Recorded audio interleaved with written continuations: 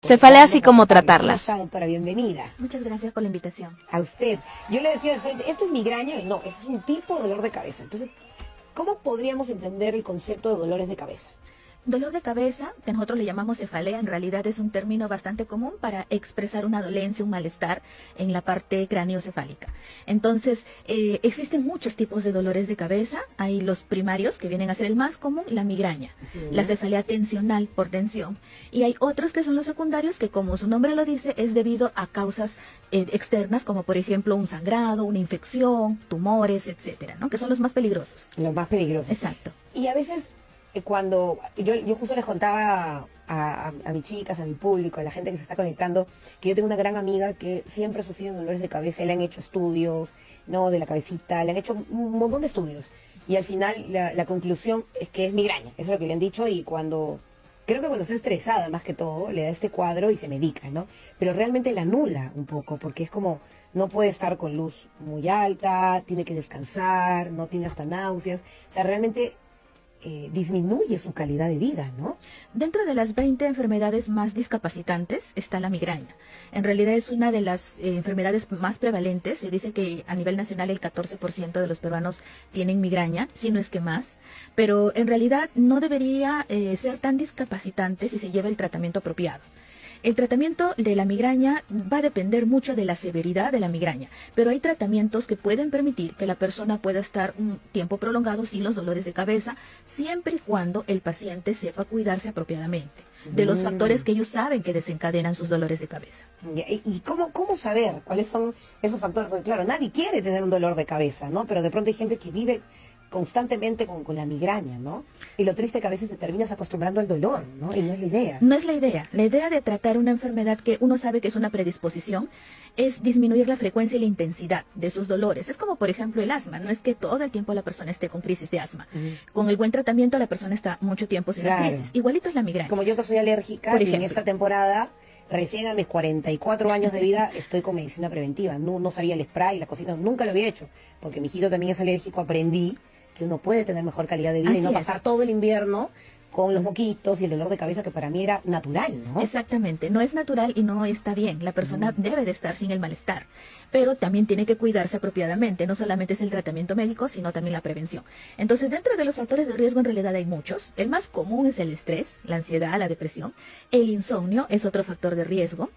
El sol, por ejemplo, en el verano hay más casos de migrañas, pero hay otros factores que sí, el mismo paciente lo tiene que determinar, lo tiene que ver. Por ejemplo, hay algunos alimentos, algunas personas con el chocolate, otras con el vino, otras con los quesos, los lácteos, otros con los cítricos incluso, y otros que no, que son los aromas, que puede ser un barniz, un perfume, un aerosol. Entonces eso va a depender de cada persona que determine, que se dé cuenta y evitar exponerse a esos factores. ¿Y cuál es el tratamiento, no? Porque a mí me parece lindo, innovador, que existe un tratamiento para realmente tratar algo que siempre hemos pensado que hay que aguantar nomás, ¿no? Ya va a pasar, y no es la idea, ¿no? No es la idea. Automedicarte, me voy a la farmacia, me duele la cabeza, toma esto, ya se te pasó un ratito y luego te vuelve a venir, ¿no? Muchos de los medicamentos que a veces uno se automedica, que no es lo ideal, pueden tener efectos de rebote. Entonces, por eso es que el paciente se da cuenta que toma una pastilla, aparentemente le pasa y después viene peor el dolor de cabeza. Claro. Entonces, no es bueno automedicarse, en realidad es muy personalizado.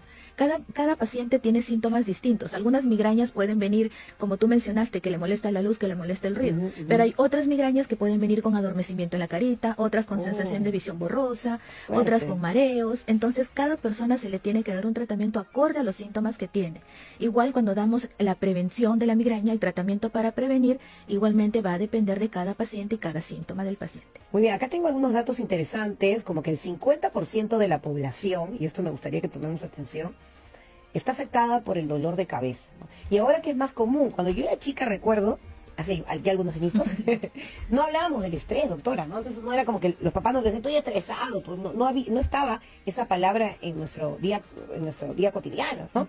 Pero ahora sí, hasta los niños, a veces que estoy estresado, ¿pero por qué te estresas? Porque copian mucho de nosotros los adultos, ¿no? Entonces, ¿cómo lograr ese equilibrio? Porque si bien es cierto, hay que tratarse las cefaleas, pero ¿cuáles son esos factores que nos ayudan a protegernos, a prevenir esos dolores de cabeza? Es que también hay más exposición, creo, a los dispositivos. Y un poquito que quizás la intensidad de la luz, el tema del entretenimiento ya nos vuelve más sedentarios. Entonces, uno de los factores es también el sedentarismo. Los seres humanos estamos hechos para tener actividad y muchas personas no la tienen o lo tienen muy poquito. Incluso adultos mayores a veces piensan que ellos, por ser adultos, ya no deben hacer ejercicio y eso no es cierto, ¿no? Para cada persona hay tipos de ejercicios distintos. Y los niños igual. Los niños están muy pegados actualmente a los dispositivos, no salen, no corren, no hacen actividad física, otro tipo de actividades o de interacción social. Entonces eso hace que los niños estén más tensos, estén más predispuestos a términos nuevos, a sensaciones nuevas, hiperestimulación también por el televisor, por los dispositivos que tenemos. Claro que es inevitable porque necesitamos eso hasta para su escuela, ¿no? Pero debemos restringir, yo creo, hasta cierto punto el uso de los dispositivos, ¿no? Los dispositivos también te pueden causar dolor de cabeza. Por ejemplo, hay malos hábitos en los que la persona está incluso hasta altas horas de la noche con los dispositivos y ya no duermen bien. O que ya tienen insomnio, se levantan de madrugada y como no duermen bien, cogen el celular. Y peor, les va a despertar porque el dispositivo está hecho para entretener. Claro, entonces, pues no le va a te pegas así todo como ahorita. Exacto, entonces se va a entretener más y le va a dar menos sueño, va a incrementar el insomnio. Es por ese lado, y por otro lado que vuelve sedentario si es que uno está muchas horas en lugar de hacer una actividad física que también es necesaria. Creo que se puede distribuir de una manera adecuada en la que quizás ambas cosas se puedan realizar. ¿Cuándo un dolor de cabeza, doctora, nos debe preocupar y debemos pensar que hay algo más o que podría haber algo más no relacionado precisamente a una migraña o a un dolor natural de cabeza, ¿no? El dolor de cabeza tiene sus banderas rojas, por así decirlo, que nosotros siempre tratamos de determinar, sobre todo en las emergencias, ¿no? Que no sea un sangrado. Nosotros vemos a un paciente con un dolor de cabeza súbito que nunca antes ha tenido en su vida, acompañado de vómitos explosivos, paciente con dolor de cabeza en una intensidad muy alta, pacientes que nosotros hacemos un examen físico y vemos signos de alarma como la rigidez de nuca, ¿no? Como por ejemplo vemos su fondo de ojo que está alterado, pacientes que tienen el dolor de cabeza y se desmayan, pacientes con dolores de cabeza solamente durante las noches, que no les permite dormir. Entonces, este tipo de banderas rojas o que focalizan dolor de cabeza y de repente vienen con una debilidad en alguna de las extremidades. Entonces, ahí tiene que alertarnos, que no es un dolor de cabeza común y corriente. Muy bien, doctora. Y si yo quiero, digamos, tener un diagnóstico, ya saber que tengo migraña, ¿cuál es el paso que debo realizar?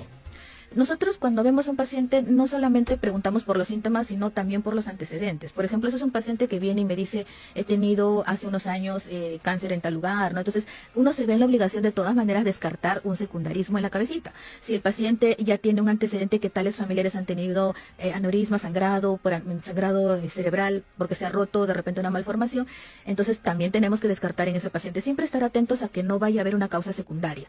Una vez que descartamos otras causas, que el paciente no tenga fiebre, que no sea por una infección, que no haya baja de peso, antecedentes personales y familiares, vemos que no hay signos de alarma, vemos que tiene puntos dolorosos que corresponden a una migraña, pues el diagnóstico está dado. Muchas veces no se necesitan imágenes incluso para esos casos, cuando uno ya está seguro del diagnóstico, y hay casos en los que sí es necesario solicitar. Y allí es con farmacología, el tratamiento, además estilo de vida, me imagino.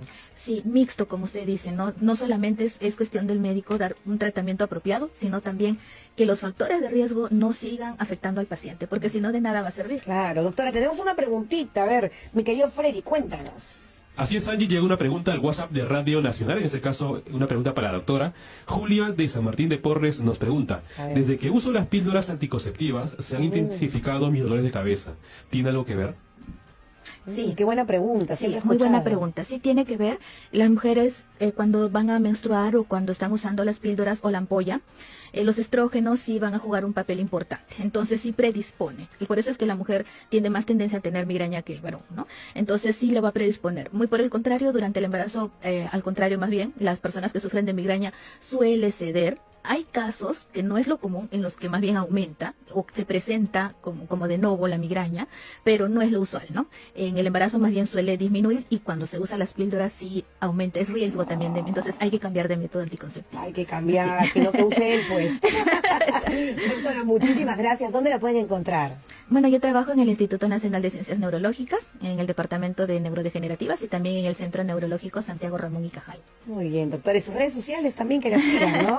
Sí, en Facebook, Instagram y TikTok. Marcela Alvarado. Marcela también está en el TikTok también. Sí, también. Y tienen que seguir en este momento a la doctora Marcela Alvarado, neuróloga. Gracias, doctora. Gracias a nosotros. para decirle a nuestra gente que ya regresamos donde estamos. En un ratito aquí en Radio Nacional.